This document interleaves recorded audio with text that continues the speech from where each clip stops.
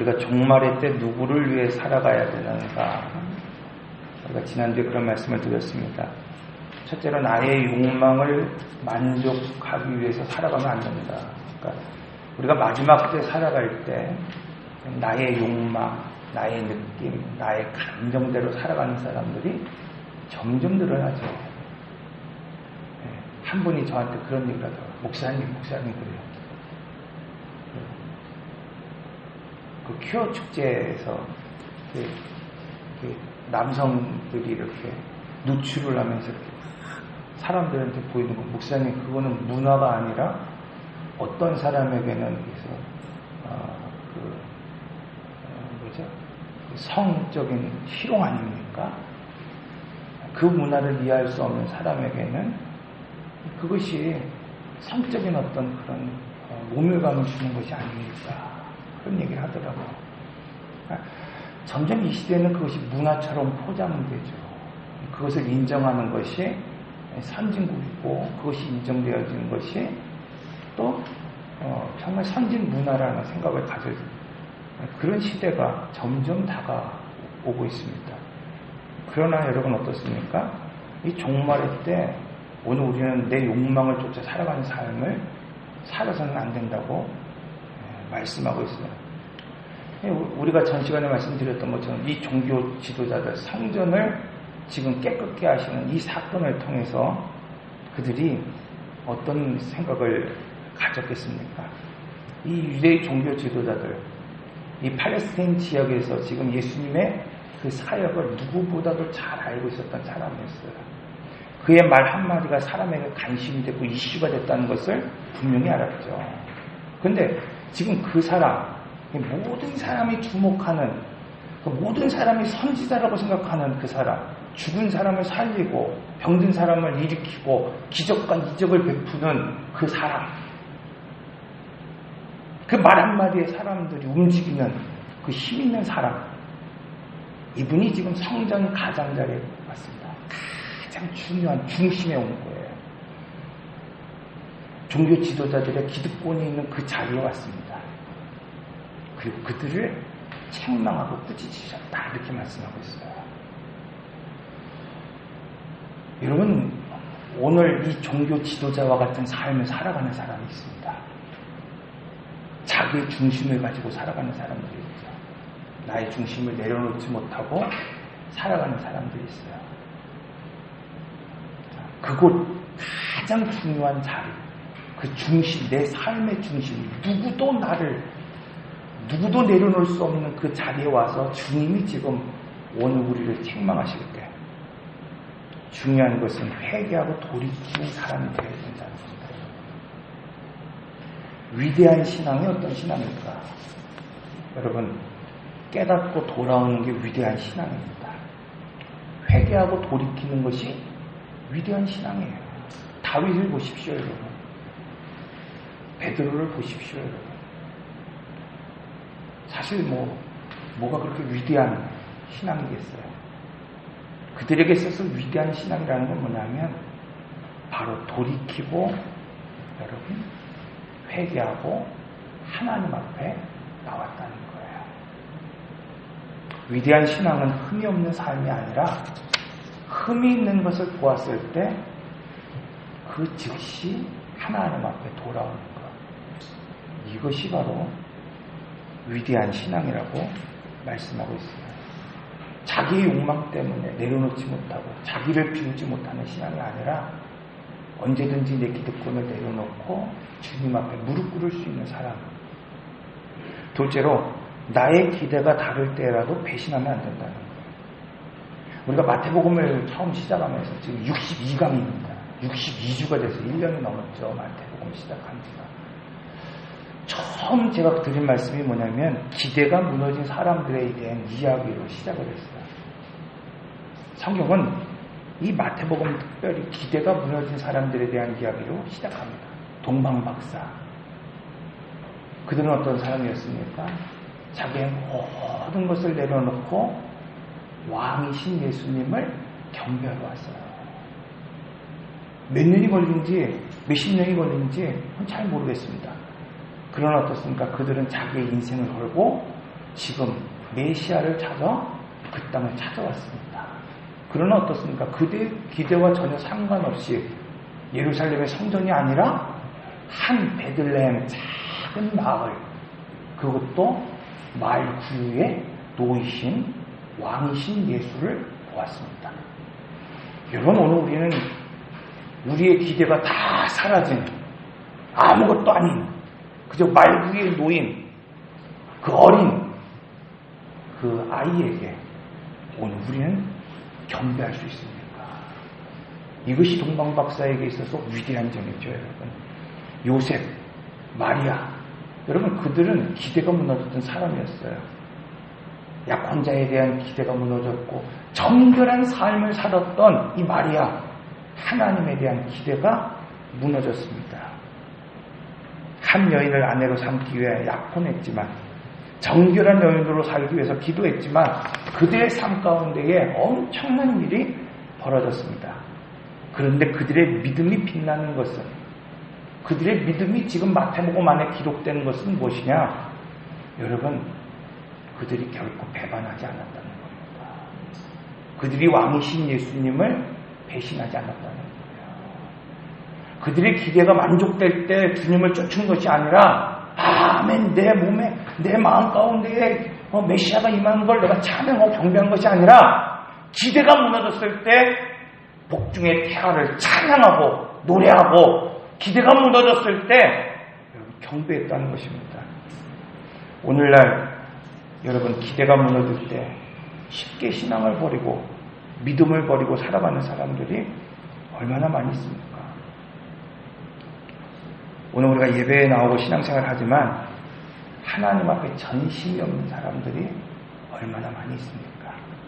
형식적으로는 하나님 앞에 나오고 하나님 앞에 드리는 것 같지만 실제적으로는 여러분, 오늘 우리가 하나님 앞에 전심을 드리지 못하는 성도들이 얼마나 많이 있습니까? 여러분, 오늘 우리는 전심으로 하나님 앞에 나오고 있습니다. 내 마음 전심으로 하나님 앞에 오늘 서고 있습니까? 하나님 지금 이거 보시는 겁니다. 셋째로, 하나님 나라를 살아가는 사람들이 있다고 말씀하고 있어요. 하나님 나라를 살아가는 사람들은 어떤 사람들이냐? 자기를 제한하고 절제할 수 있는 사람. 이 본문에서 소개되고 있는 그 마리아, 그들은 최고의 것, 최선의 것으로 하나님 앞에 드렸다, 이렇게 말씀하고 있죠. 무려 300데나리온의 가치가 있는 향유를 머리에 뿌렸다, 이렇게 말씀하고 있어요. 300데나리온, 1년 노동자의 평균 연봉입니다. 우리가 그냥 일반적으로 일하는 그런 노동자들에 대한 평균 연봉, 한 수천만 원 되겠죠. 예수님이 마리아 그 헌신을 극찬하신 이유가 뭘까요, 여러분? 값비싼 것을 하나님 앞에 지금 올려드렸기 때문이 아닙니다, 여러분. 예수님의 순환을 이해했기 때문이라는 거예요. 사랑하는 성도 여러분, 오늘 우리는 지금 허비하는 것이 아닙니다. 오늘 우리의 삶을 결코 허비하는 것이 아니에요. 때로는 동방박사와 같이 정말 온 힘을 다하고 그 자리에 왔는데 정말 내 기대와 다른 어린 아이가 있을지라도 여러분, 오늘 우리는 허비하는 것이 아니라는 거예요. 마지막 때 오늘 누구를 위해 살아가야 되는가? 기대가 무너져도 주님을 위해 살아갈 수 있는 사람이 되라고 말씀하고 있죠. 오늘 말씀을 보면 종말의 때, 그럼 오늘 우리는 무엇을 먹고 무엇을 마셔야 되는가? 이 6월절 이야기를 통해서 오늘 우리가 이 마지막 때에 무엇을 먹어야 되고 무엇을 마셔야 되는가에 대해서 말씀을 하고 있습니다. 6월절에서 가장 중요한 것은 무엇입니까? 어린 양이죠, 어린 양. 6월절에서 가장 하이라이트, 그건 어린 양을 잡는 거예요. 어린 양을 잡는 거. 어린 양이 무엇을 상징합니까? 예수 그리스도를 상징하기 때문이죠. 어린 양이 곧 구원을 상징하기 때문에 그렇습니다. 두 번째로 중요한 것은 뭐냐면 누룩을 제거하는 거예요. 누룩을 제거하는 겁니다. 온 집안에 누룩을 제거하는 삶, 무교절을 지키라, 그런 말씀을 하죠. 이 6월절 의식의 절정, 이 양을 잡는 것. 자, 그런데 오늘 본문을 보십시오. 주님은 마지막 만찬을 통해서 이 6월절을 지키고 있습니다. 그런데 이 본문에 양을 잡는 의식이 없다는 거예요. 왜? 여러분, 오늘 본문에서는 양을 잡는 의식이 없을 거예요. 6월절의 가장 핵심이고 하이라이트고 가장 중요한데 여러분 왜 없을까? 예수님 자신이 6월절 양으로 인식하셨기 때문이라는 겁니다. 여러분, 주님은 지금 이것을 먹으라고 말씀하고 있어요. 그러니까 오늘날 여러분, 우리가 6월절을 지키며 오늘 우리가 양고기를 먹고 쓴나물을 먹고 무교병을 먹는다는 의미는 무엇일까요? 바로 이것을 먹으라는 겁니다. 6월절 식사에서 오늘 우리가 중요한 것들이 있죠. 어린 양을 먹고 무교병을 먹고 쓴나물을 먹는 것. 그러나 중요한 것은 이것이 다 예표라는 거예요. 예표. 그러니까 구약은 예수 그리스도의 예표죠. 그래서 구약은 다 그림자예요. 그림자. 그러면 오늘 우리가 양고기를 먹는다는 의미는 뭘까요? 오늘 우리가 예수 그리스도를 먹는다는 것은 뭘까요? 우리가 1년에 몇 차례씩 지나가면서 성찬 예식을 하고 있죠. 그때 우리가 예수님의 떡을 먹고 살을 먹고 오늘 우리가 예수님의 피를 먹고 예수님의 그 잔을 마십니다. 오늘 우리가 예수님의 몸과 예수님의 피를 먹는다는 것은, 그럼 우리가 성찬 예식을 통해서 오늘 우리가 예수님의 몸과 피를 먹는 것, 이것이 오늘 우리가 예수님의 피와 살을 먹는 것입니까? 요한복음 6장에 보면 한 사마리아 그 여인에 대한 이야기가 나옵니다. 아주 중요한 말씀이죠.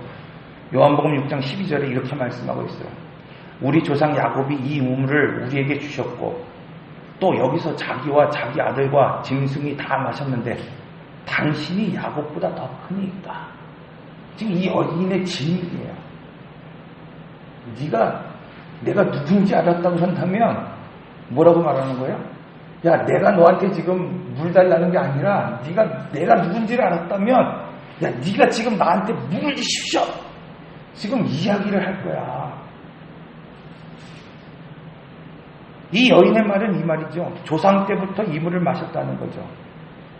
이 물을 마셨는데 다시 목마르다는 겁니다. 이 여인은 지금 이전부터, 조상 때부터 수천 년부터 이 물을 마셨습니다. 전통을 따랐습니다. 양고기를 먹었습니다. 그런데 문제는 뭡니까? 다시 목마르다는 거예요. 이때 오늘 우리 주님이 말씀하십니다.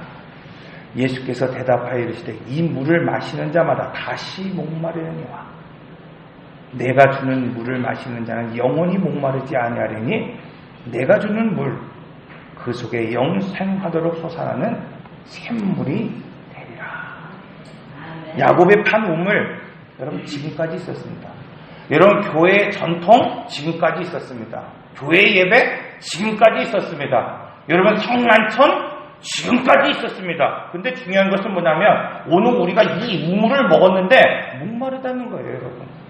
왜 오늘 우리는 예배를 드리는데 목마르고 오늘 우리는 왜 성만찬을 통해 예수의 몸을 먹고 예수의 피를 먹는데 왜 오늘 우리는 목마릅니까?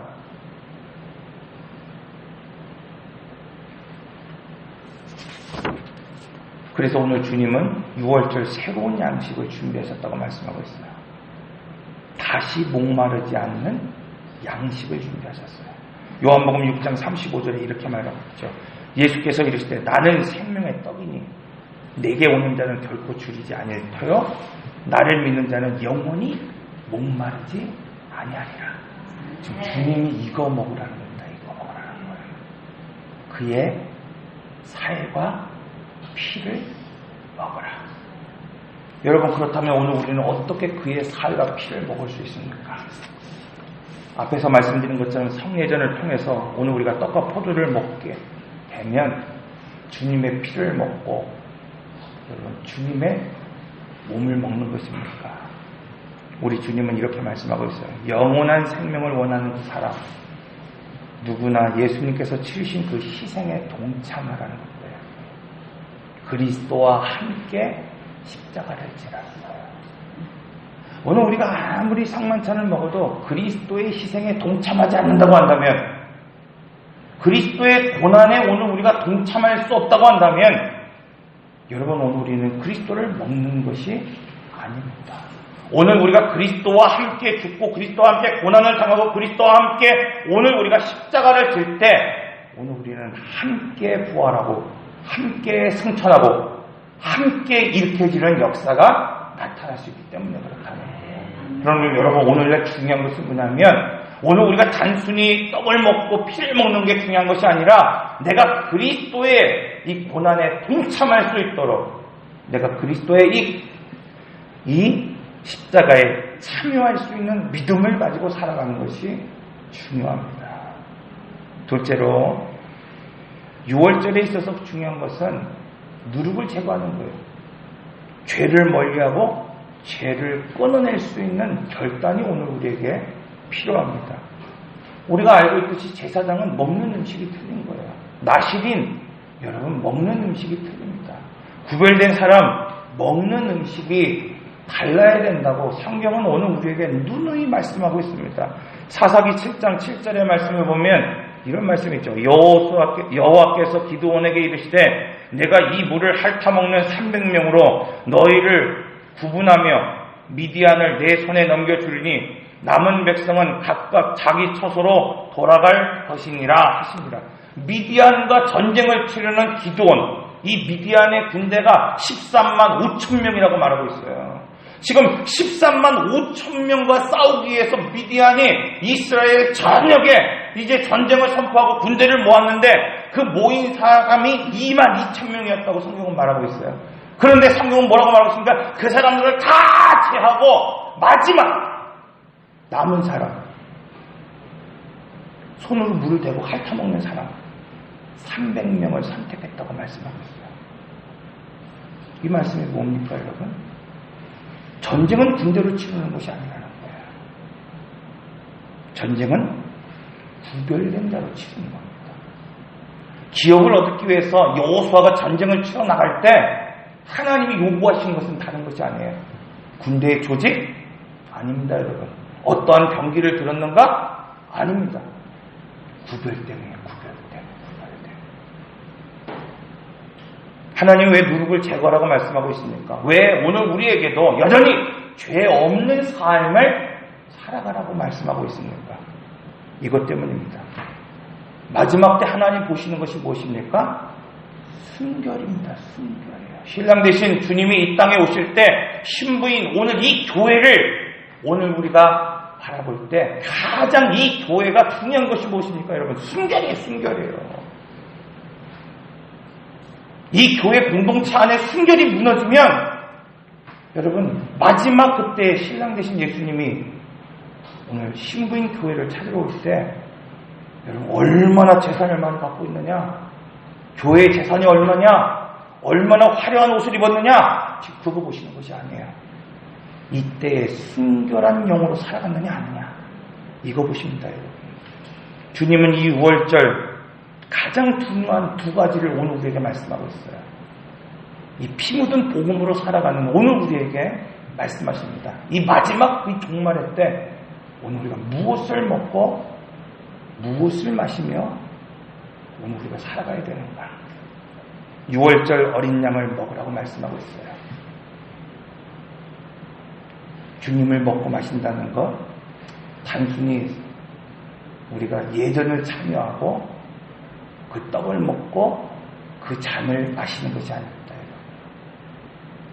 그리스도의 고난에 동참할 수 있도록 결단해야 돼요. 오늘 우리는 세상을 살아가지만 이 땅에 속한 자가 아닙니다.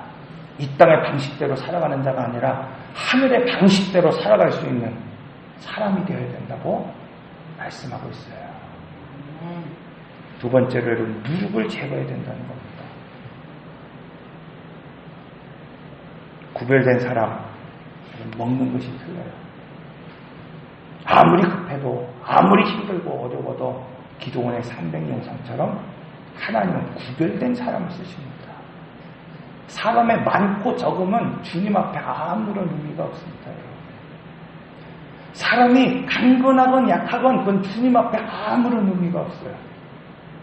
주님은 정결한 신, 순결한 자, 구별된 사람, 지금 그 한 사람을 찾고 계시는 거예요. 그걸 추려내시는 거예요, 지금. 오늘 이 종말의 때 다시 한번 우리가 무엇을 먹으며 살아야 되는지, 우리가 어떤 자세로 살아야 되는지를 결단하며 이 시간 잠시 기도하는 시간 갖도록 합니다. 인내하신 구세주여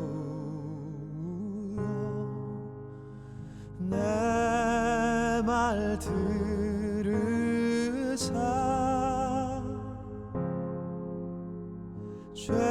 죄인 노라시 때에 나